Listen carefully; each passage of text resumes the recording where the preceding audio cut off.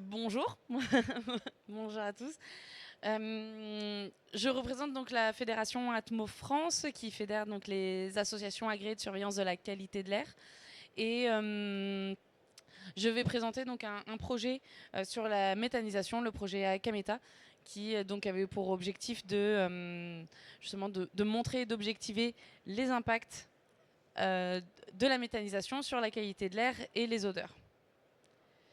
C'est ça.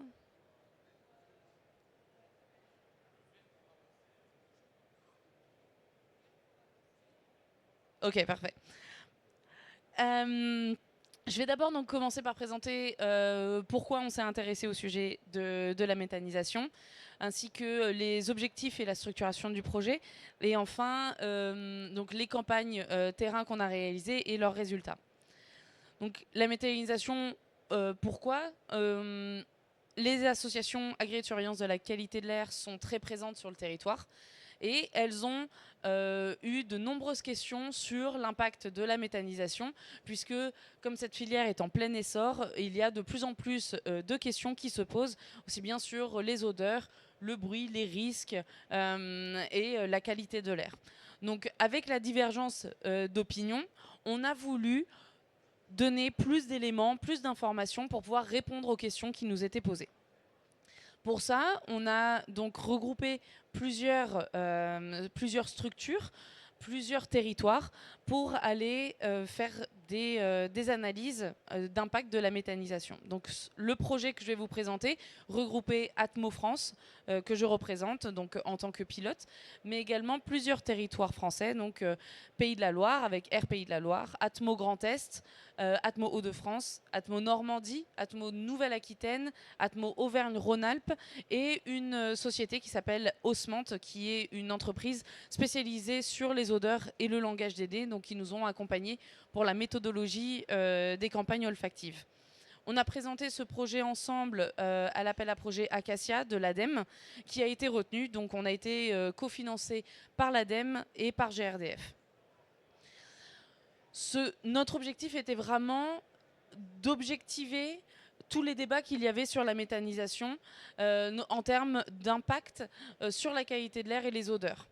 On voulait vraiment apporter des éléments techniques et scientifiques qui étaient quasi non existants sur cet impact de la méthanisation pour objectiver le débat, pour fournir des éléments aussi bien aux citoyens qu'aux exploitants et d'apporter des conseils techniques aux exploitants, des bonnes pratiques notamment. Donc on a constitué le projet en plusieurs lots. Le premier était sur la coordination globale du projet. Le deuxième était sur la campagne nationale, donc de mesures terrain, sur plusieurs unités de méthanisation. Un troisième volet était sur l'implication citoyenne. Et le quatrième, sur lequel on travaille encore, puisque le projet est encore en cours, c'est la bancarisation, data visualisation et la valorisation des résultats. Concernant la méthodologie du projet, comme on était limité aussi en termes de nombre d'unités de méthanisation qu'on a été voir sur le terrain, on a vraiment voulu faire avoir en fait, différentes typologies d'unités de méthanisation pour représenter ce qui existait sur le territoire. Donc on a fait vraiment une sélection diverse de 12 unités de méthanisation regroupées sur 6 régions. Et on en a donc 4 qui étaient en cogénération, 8 en injection. Et on en a qui étaient donc sur différentes typologies d'activités. On en avait qui étaient à la ferme, certaines qui étaient centralisées ou d'autres qui étaient sur des stations de traitement des eaux usées. Donc cette diversité représente à peu près la diversité des unités de méthanisation qui existent aujourd'hui en France. Ça nous a donné une première image globale. Et sur chacune de ces unités de méthanisation, on a fait 2 campagnes. Une campagne en juin et une campagne en octobre pour avoir une représentativité de résultats en fonction notamment de la météo ou des activités des unités. Justement, en termes de campagne terrain, donc, bien sûr, les associations agréées de surveillance de la qualité de l'air sont spécialisées en qualité de l'air. Donc, on a été regarder différents polluants, l'ammoniac et le H2S. sur plusieurs sites, sur 4 sites exactement. Notre objectif était de voir la volatilisation des polluants en fonction de la distance. Donc on a commencé par un point qui était en limite de propriété, puis on s'est décalé au niveau des premières habitations du centre-bourg et également un site non influencé pour référence. Concernant les odeurs, il faut savoir qu'on a des personnes qui sont formées au langage des nez. On a des nez à l'intérieur en interne dans les ASCA. Donc ce sont des nez qui ont été faire les campagnes olfactives. Et donc on a utilisé une méthodologie qui est commune à tout le monde, qui s'appelle le langage des nez. Et donc cette méthodologie, on a vraiment souhaité l'utiliser parce qu'on a tous une notion différente des odeurs. Si je vous dis ça sent comme la cuisine de ma grand-mère, ben, on n'a pas tous eu la même grand-mère et donc on n'a pas tous la même notion de qu'est-ce que cette odeur. Donc cette méthodologie permet vraiment à chacun de dire, par exemple, si je sens l'acide butyrique, de savoir exactement ce que l'autre personne a senti. Et donc si différentes personnes vont faire les campagnes olfactives, on va tous avoir le même fichier, on va tous avoir les mêmes références pour que les résultats soient comparables. Et donc au niveau des odeurs, on a voulu chercher 2 éléments principaux, aussi bien la nature que l'intensité. Donc on a réalisé différents types d'actions.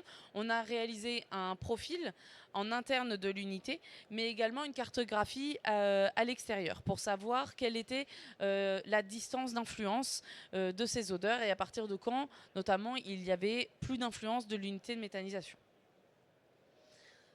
Nos résultats aujourd'hui donc, ont été bancarisés, ont été analysés.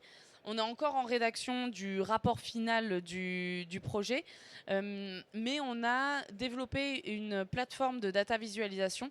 Donc c'est une plateforme que vous trouverez sur Internet en cherchant Akameta, le nom du projet, sur Internet. Et c'est donc cette plateforme qui va vous permettre de visualiser les résultats. Vous pouvez sélectionner différentes unités, vous pouvez voir en graphique une ou plusieurs unités de méthanisation et les résultats que l'on a pu trouver. Et dans notre rapport, on va notamment aussi donner des recommandations auprès des exploitants au vu des résultats que l'on a pu obtenir. Pour vous donner les premiers résultats préliminaires qui seront bien plus détaillés dans le rapport qui sortira en 2025, globalement, donc, ce qu'on a trouvé, c'est que les odeurs devenaient assez faibles au-dessus de 230 mètres. Donc comme il est recommandé de ne pas mettre d'habitation dans les 200 mètres aux alentours des unités de méthanisation, on est plutôt cohérent puisque nous, on a vraiment vu que les notes odorantes réduisaient très largement au-dessus de 230 mètres. Ça va peut-être pas vous étonner ensuite les résultats, notamment des secteurs les plus odorants, etc. Parce que c'est des choses qui étaient assez connues, mais il n'y avait pas de notes odorantes, il n'y avait pas de valorisation, de caractérisation en fait des odeurs qui étaient faites avant ce projet au niveau des différents secteurs qui pouvaient être odorants. Donc par exemple, dans les secteurs les plus odorants, on a pu voir que c'était les lieux de stockage, notamment d'intrants solides, mais aussi les thermies ou les bassins et les fosses. Donc, mais ils devenaient vraiment moins odorants lorsque ces lieux de stockage, par exemple, étaient fermés. Surtout les lieux de stockage d'intrants liquides, lorsqu'ils étaient fermés, ça faisait partie des secteurs les moins odorants. Ainsi que les déchets verts ou l'ensilage qui faisait également partie d'éléments au niveau de l'unité de méthanisation qui étaient assez peu odorants. Les notes bien sûr les plus fortes, ça c'est pareil, on a pu donc vérifier ce qui était su de la bibliographie, c'est la fermentation et la dégradation organique. Ça faisait partie donc des notes les plus importantes que l'on a pu observer. En termes des polluants atmosphériques, donc comme je vous dis, on a regardé donc le NH3 et le H2S. On a observé que les concentrations de polluants étaient plus importantes en limite de propriété.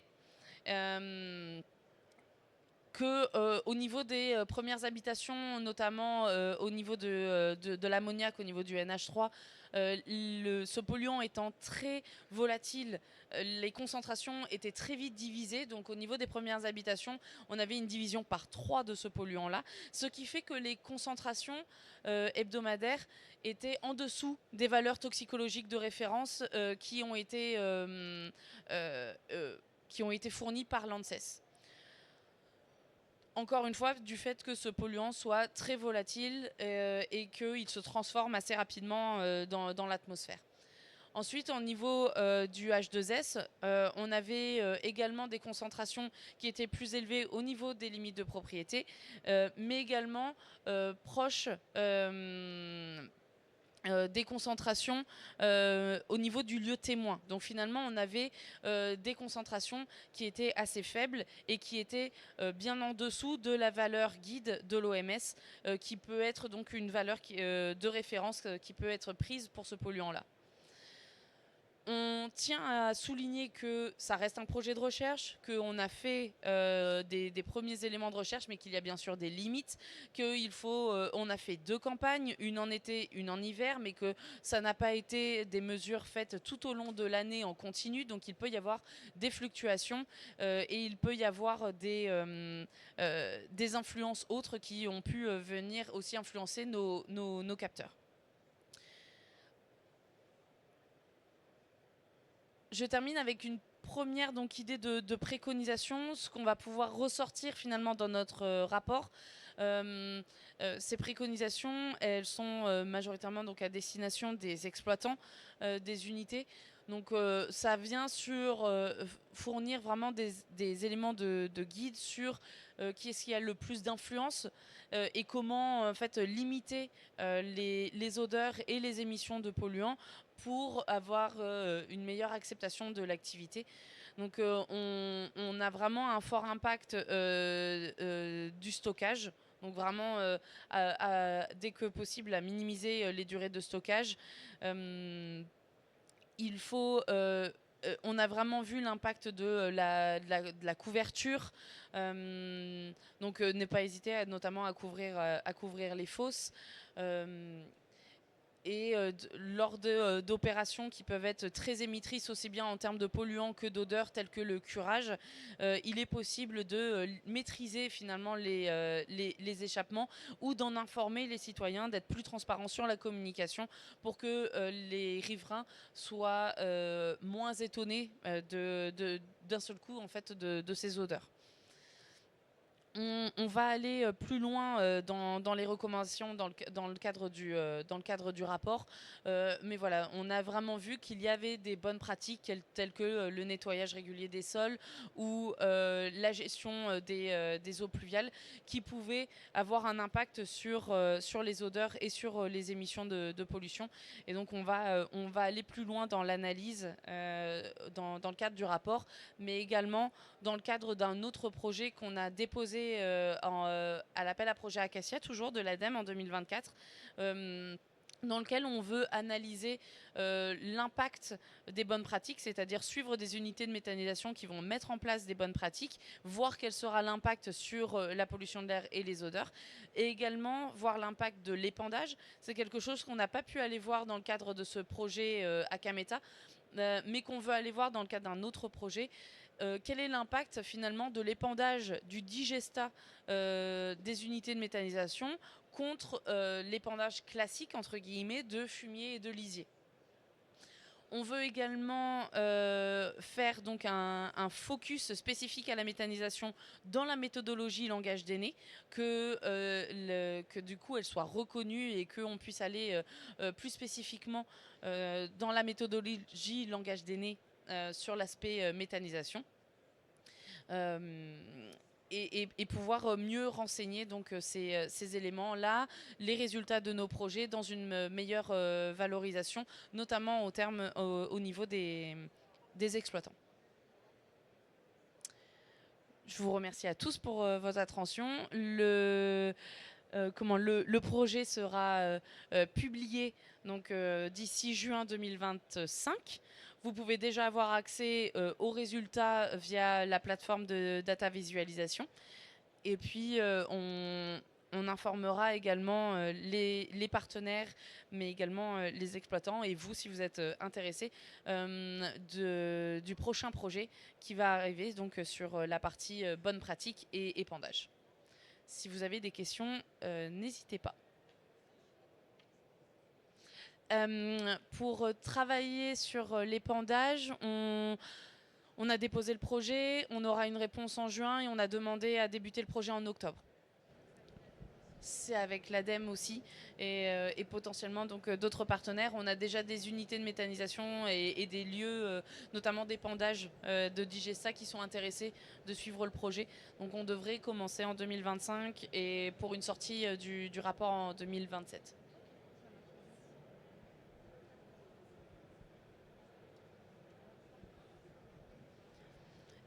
Eh bien, merci à tous et puis je vous souhaite une bonne journée au Salon des maires.